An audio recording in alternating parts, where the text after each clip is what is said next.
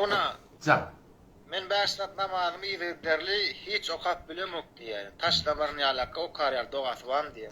Bir Müslüman doğumunun soruşu ki men namazımı bir cahili iyiliğin okap bilemek. Bir okuyan bir okumak. Beşini okuyan soram okamak. Ne etmeli? Ve de üçü iş etmeli. Üçü iş etten düzelirsin. Bir, dua etiyordum. Oturdu yalvar ya Rabbi ya Allah men hemur günahkar benden. Şimdi namazını doğru okuyup bilemek. Ya Allah asan et bana. Kuvvet ver ya Rabbi Allah. Medet et ya Allah. Tevfik ver ya Allah deyip ödüne yalvar. Bu bir gurrun. İkinciden ne? Kava adamla bilen gel.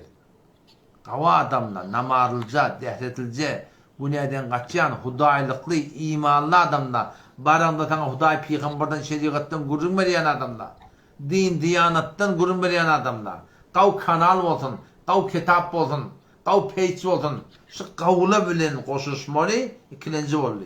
Üçüncü, telekeden güven çekmeli. Teleke diyende falan arakçıya mukadime, bir namaz bilen gelme. Bet hecap bilen gelme, bir hecap bilen gelme. Halal haram saygalmayan bilen gelme.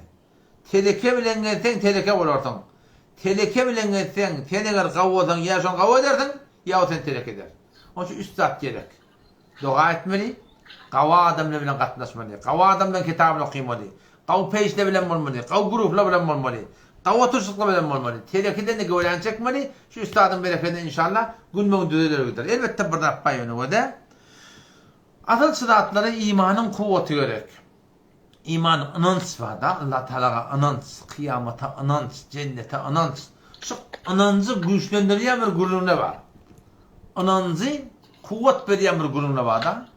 Şu inancı kuvvet veren gururuna men öz gururunum aparat, İran'ın aparatında ikinci papka puşadır. Ol yankı adı nemon. YouTube'da da bağdır. Maksud öyle Allah'a kıyamata imana kuvvet vermektektir bir maksud papka vardır. Şu papkanı ken kulak atın inşallah. Şun bereketine gülmeyin inşallah. Ötersiniz gidersiniz inşallah. Bir de namaz okuyup düşünmekle, namaz okuyumuzda düşünüp okuymaklığa ala dedeydi. Namaz okuyumuz Kuday'ın kepleştirdi da şundan namaz ne mi diyez? Şun düşünüp okuymaklığa ala etmeklik gerek. Şun hakkında YouTube'da ve gururlan bağdır. La ilahe illallah Muhammed Resulullah düşünmektir. İnşallah sıratlar ettik. İnşallah gün mü düzelir inşallah.